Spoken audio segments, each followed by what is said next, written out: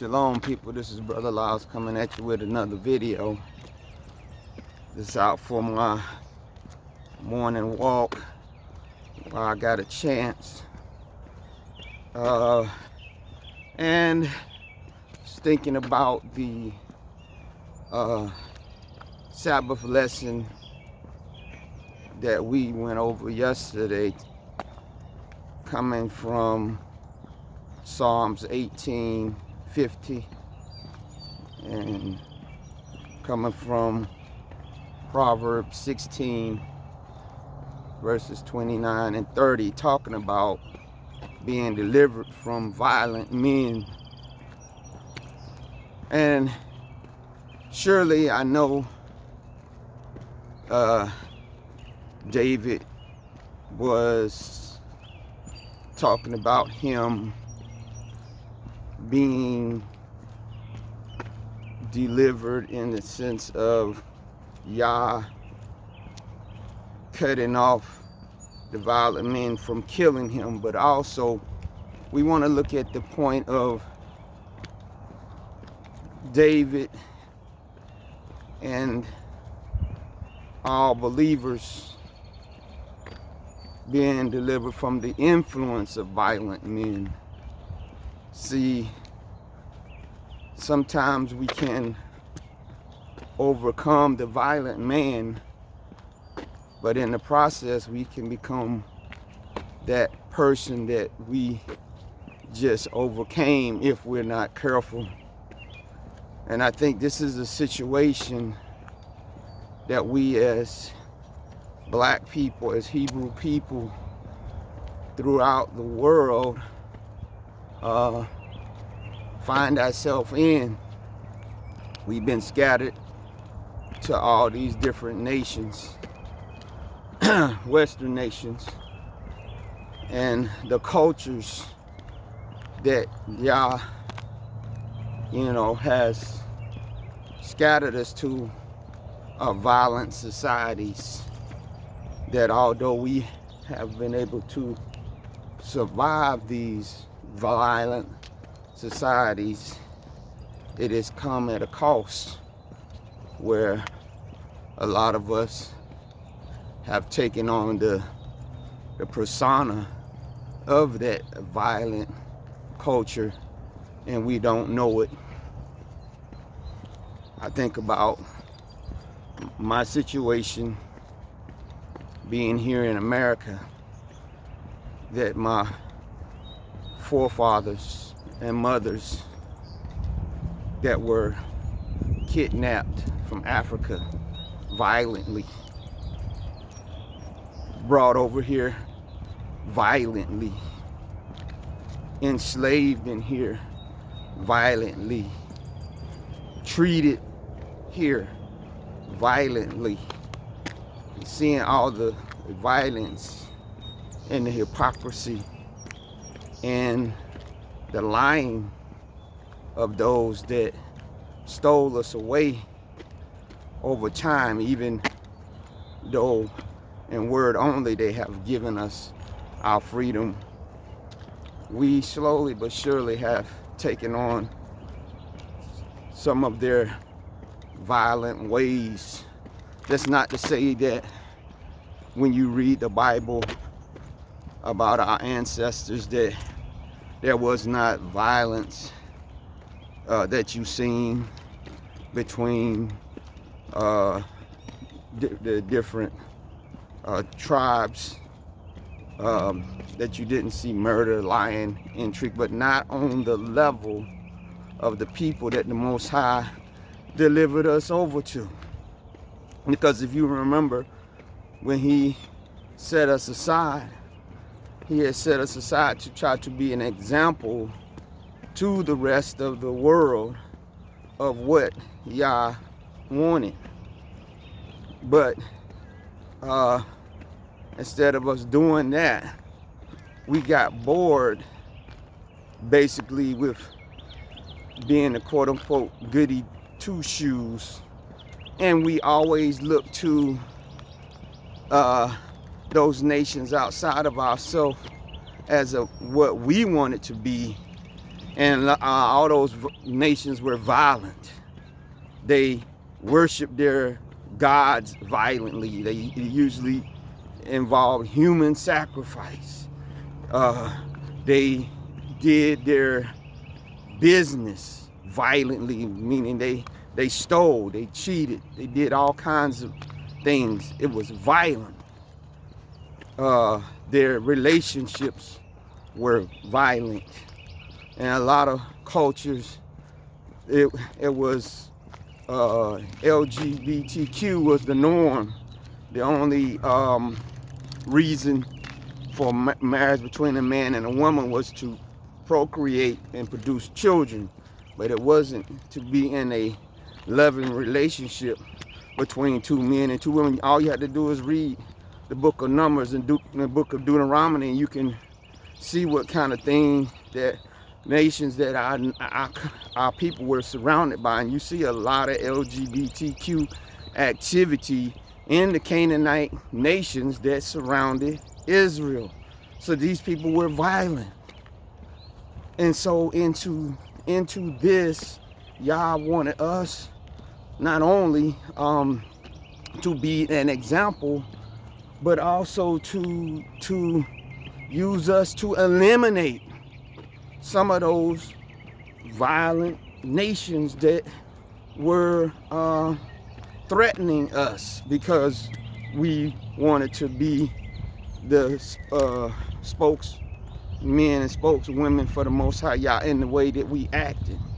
But instead of us doing that, like I said, a lot of us instead wanted to be like the nations that the Most High wanted us to destroy.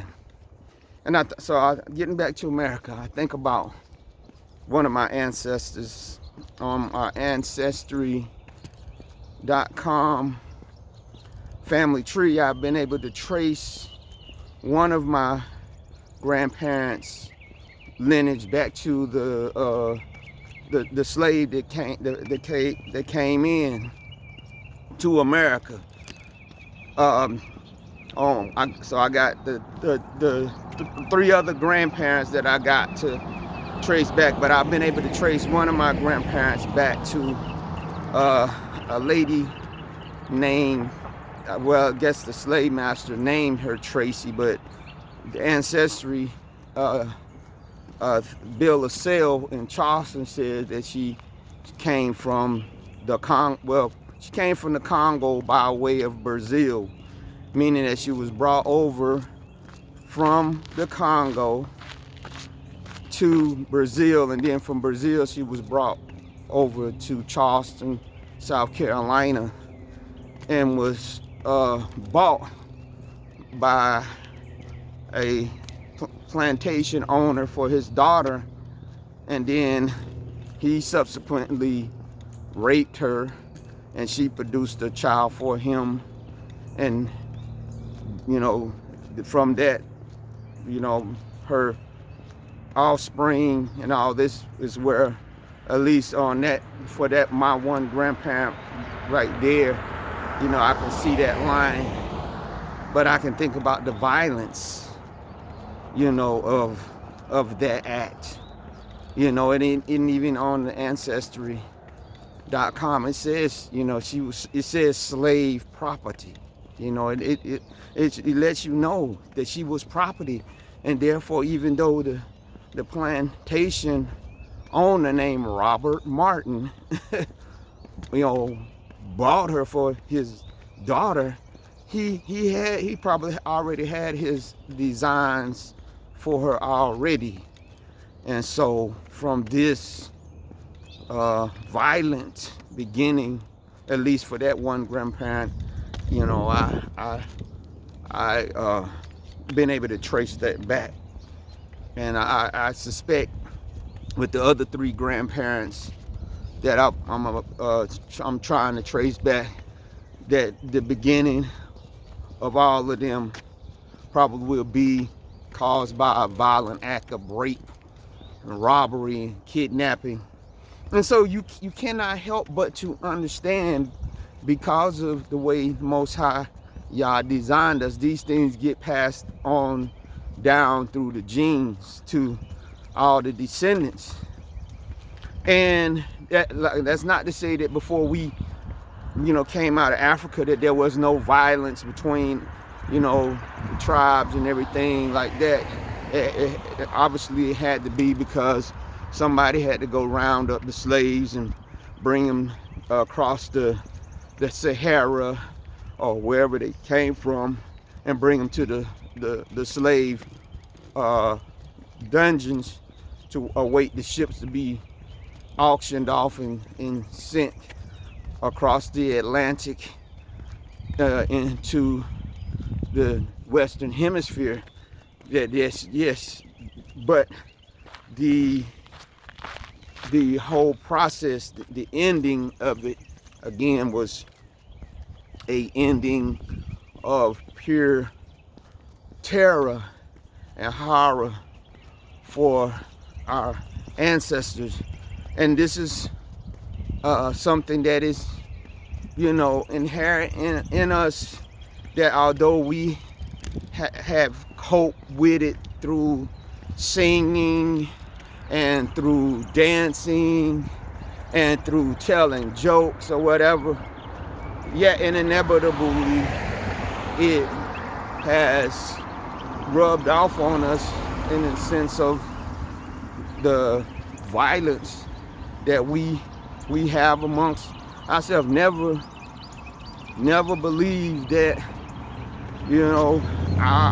every situation that our ancestors was in, that we have always been angelic, that we have always been the picture perfect, as some people try to do when they come up with the things about this was never our culture to do this was never our culture to do that.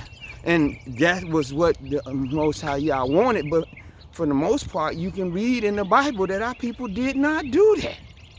They did not do that. Yeshua himself even said, he said, they say, but they don't do. Meaning they know the rituals. They know this and that he wants. They know it, but they don't do it. Romans, the first chapter, talks about it. He said, do you think because you knew how to do all the feasts and festivals of the Most High Yah, do you think because you knew how to do them, but you yet did not do them, or you did them with a heart of wickedness, that Yah is going to overlook that? He said, no, he's not, just because you know. And they knew it better than us. You understand?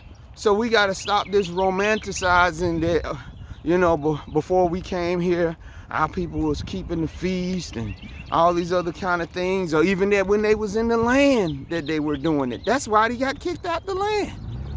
The majority of them, Yeshua, your states, they say with their mouth, but their heart is far from me, right?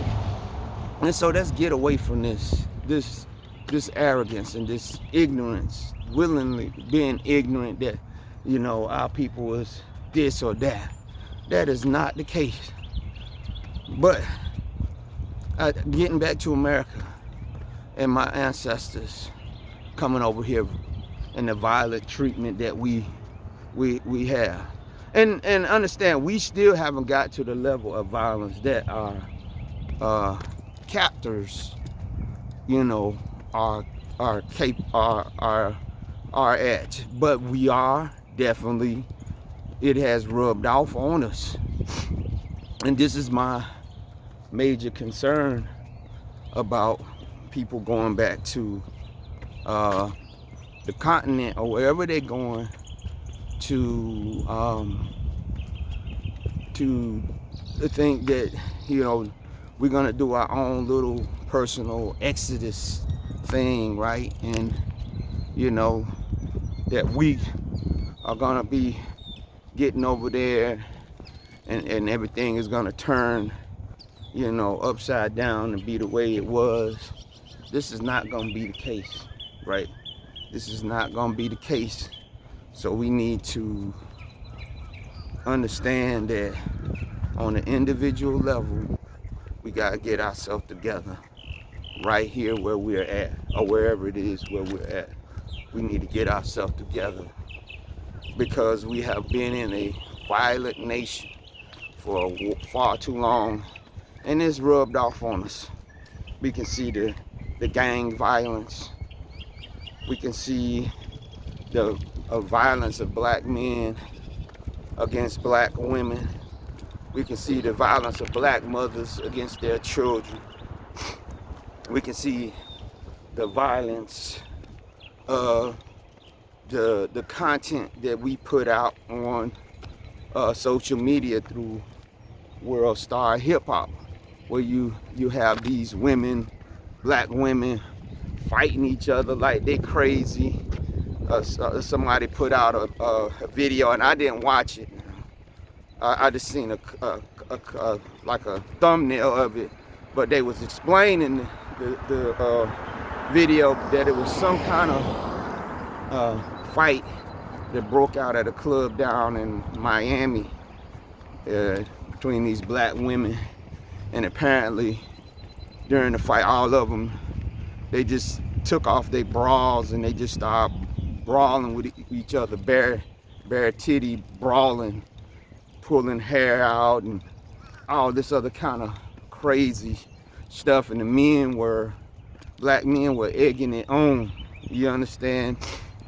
These are some of the things that we got to understand, that this stuff that will be coming over to the continent. Not that they don't have their own problems, that their own problems of violence. Just think about the Rwanda massacre. I was in the military during this time.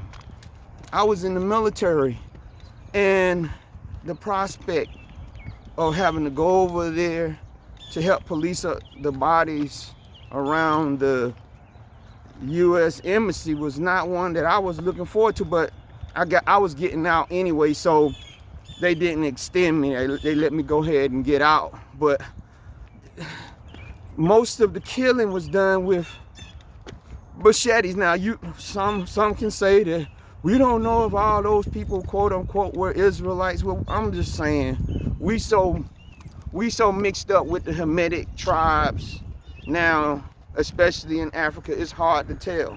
And who's to say that you don't have some Hamitic blood in you, or that you might be Hamitic with Shemitic blood? We just don't know, right? And so we have to be very careful of that, because, you know, although definitely we don't have the kind of firepower and different things that our enemy has, yet we have been able to dish out a fair amount of violence toward each other in the short period of time that we came out of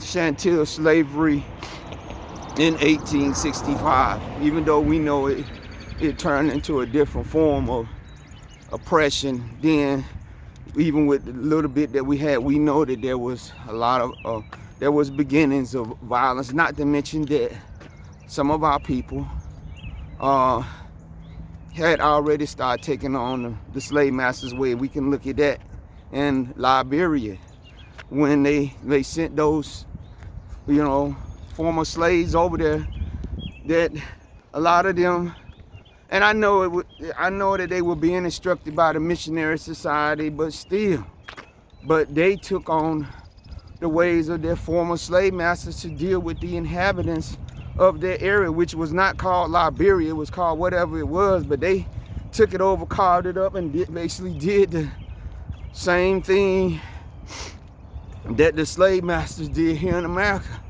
And it culminated in the stuff that happened in the 1990s and 2000s in Liberia with the Civil War, the descendants of the slaves that had came over from America.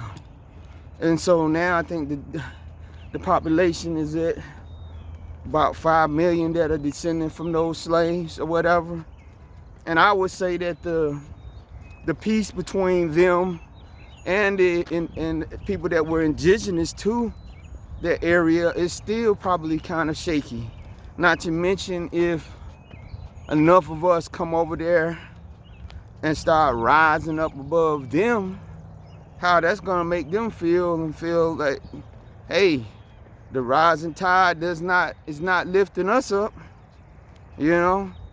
So we, again, we just need to be very prayerful, not about visiting, but going over there and thinking that we're settling down, and we might end up becoming de facto colonizers ourselves if the mind and attitude of the people around us is not right. Because if you go over there with a certain attitude and they say, well, this is our attitude, we don't need this, that, and you say, well, if you want to get ahead, you're gonna have to do this or whatever. Or if you want to work for me, you got to do this. And they said, that's just not the way we work. We don't work on a schedule like this. We take our time, and you might be like, well, I'm working on a time schedule. I need to get this thing done right away. And so, again, in their eyes, you are becoming a de facto colonizer, and thereby to them showing, hey, this man is just as violent as those white people. What's the difference? We need to upend them out of here. So we got to understand that the Most High is gonna have to work on the diaspora before it comes over there as a whole, and work on brothers and sisters that's already there, been there on the continent that didn't get caught up in the slave trade. Gonna have to work on them, because if not, it's gonna be like fire and ice come together. You understand what I'm saying? So again, I'm thinking about David, what he said, deliver me from the violent man. We here in the diaspora, especially here in America, we're gonna have to ask the Most High to deliver us from the violent man, from the violent acts that are in our heads. We can, and I'm talking to myself too. And you can look at the violent games that our children have got used to playing. You can look at even my situation of having been in the military, right? Well, once you've been, either as a black man, once you have been in the military or in the police force, a lot of times what happens is you unconsciously, right? You cannot be a pro-black person in the U.S. military or police force. You can't be. It's no way, right? You can't serve two masters, right?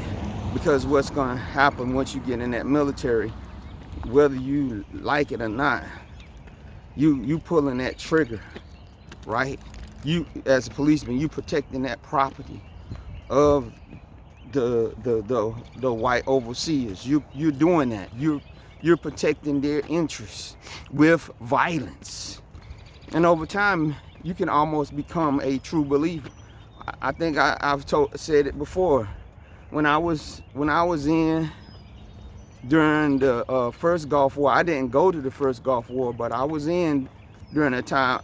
I used to hear people saying, we're going over there for oil. And I used to say, oh no, never. We never would do something like that. I mean, I was adamant that we wasn't going over there for that. You understand?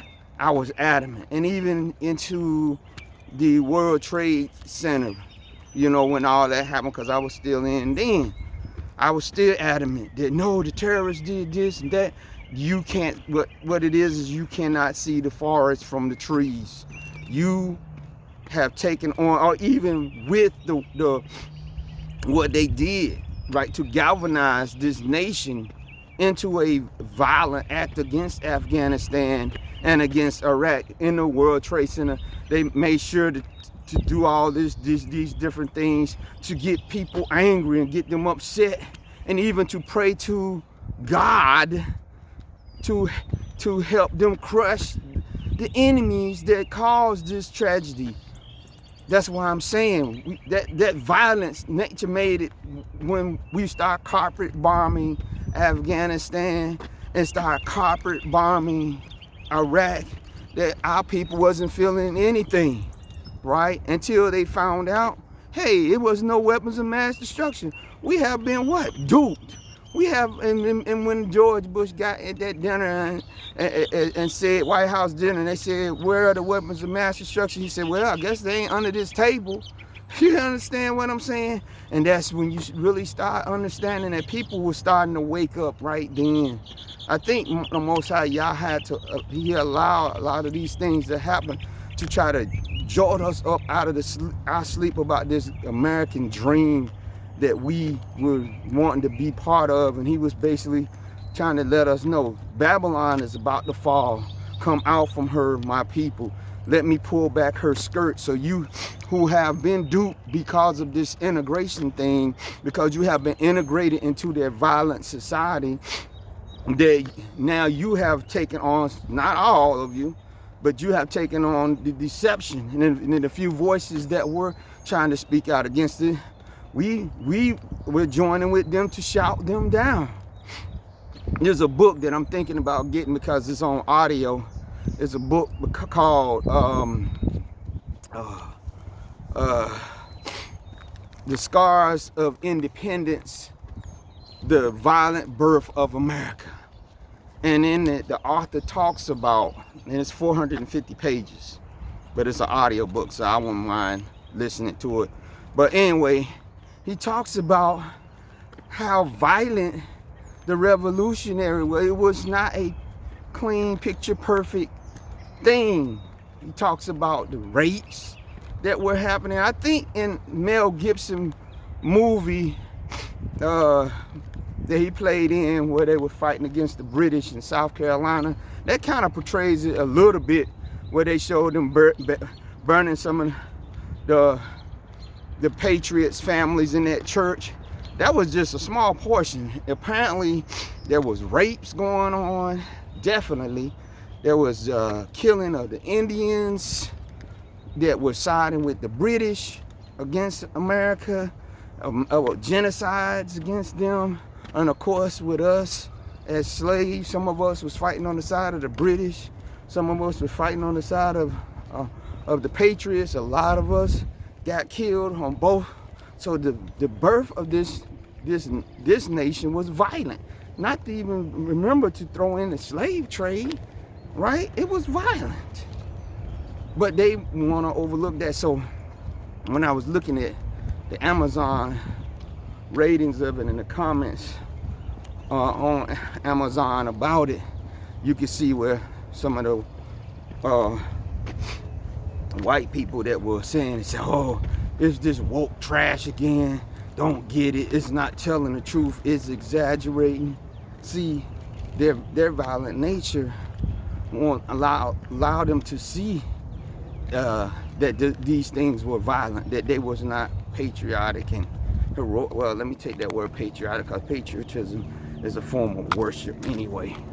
But they don't want to see the wickedness of the things that they did, the violent acts, people that they hurt. They think it was by any means necessary is okay and is righteous. That's why they can throw a cross on it or a flag on it and say, you better believe it. And over time, what has happened is a lot of us have bought into that. Or some of us on the opposite side want to buy into the fact that since we have gotten the little bit of freedom that we got, or even before we got that, we have been totally guiltless in this. We have not been guiltless, because the Most High, right, when we had the chance to get our Prince of Peace, Yeshua, when he came for us, right, when he came the first time, when it was time to make him king, what did we say? We said we want Barabbas, right? We said we want a what? Murderer. We want a violent man. And since we did that, the Most High said, okay, You want a violent man? Well, okay, well, I'm going to deliver you into the hands of a violent man for the next 2,000 years and see how you like that. And that's what we have been dealing with ever since. We've been dealing with violence on a level we've never seen before. So we are not totally guiltless in this, right? So with that, I'm going to say that there's not really too much more I can say on this subject, right? It's not many too much, we can do but pray to the Most High Yah to grant us deliverance from the mindset that we have been in, not just here in the last 400 years, but over the last 2,000 years since he delivered us into the hands of the violent man, that we asked him to deliver us, definitely physically from the violent man, but also spiritually and mentally, that we drop the attitude of violence toward each other, which is, really getting out of hand. It's really getting out of hand with this gang violence stuff, even here in the area where I'm at in North Carolina. This gang violence is just, it's off the chain, innocent, people getting shot, gangs targeting people's children and wives and girlfriends and all this kind of stuff. And just the overall violent things that we see every day, and not to mention looking at this war that they want us to get wholesale behind this thing, and some of us are actually buying into this thing of the Ukraine-Russian war, getting in behind it and praying for it, putting that satanic, tapping into that satanic energy. And also thinking about the thing that happened, the fake slap with Will Smith and Chris Rock, which was totally staged, again, to stir up violence between black men and black women, because you got some black women that say he did the right thing, and now some people buying into it and saying, Will Smith is this, and Jada is that, and Chris Rock is this, and it's all staged. It's all, don't you understand that was the ritual that he had to go through in order to get that award? That even like with Denzel, what did Denzel have to do to get his first Best Actor Academy Award? He had to play the part of a violent man? He had to play the part of a violent man? He had to play the part of a crooked cop. And at the end, he got shot in the butt, which is a ultimate shame. He got shot in the butt, right?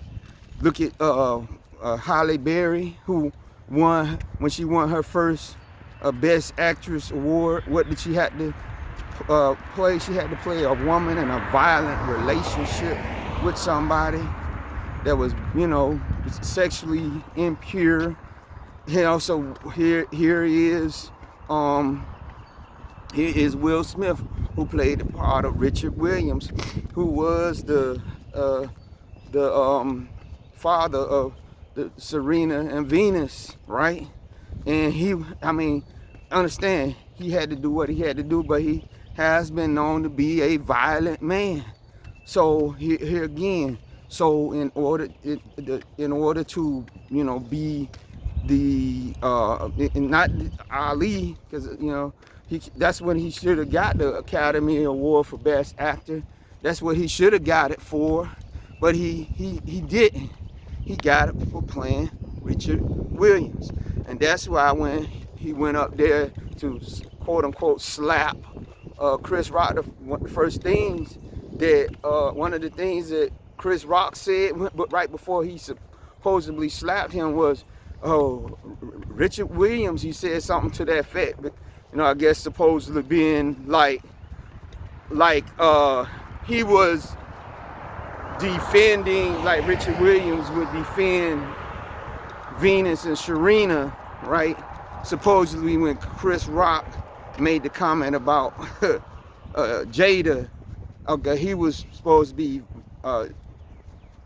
playing the part of what Richard Williams would have done to defend Serena and Venus by going up there and slapping him instead of course, punching him in the nose like any man probably would have done if you would have thought he would have said something degrading to your wife. So the whole thing was totally staged. But with that, I'm gonna end this video and say we just pray for the Most High to deliver us as an individual and as a nation from the violent acts that have been perpetrated on our ancestors and on us. And with that, I ask you to give this video a thumbs up. I ask you to leave a comment and to subscribe. Be blessed.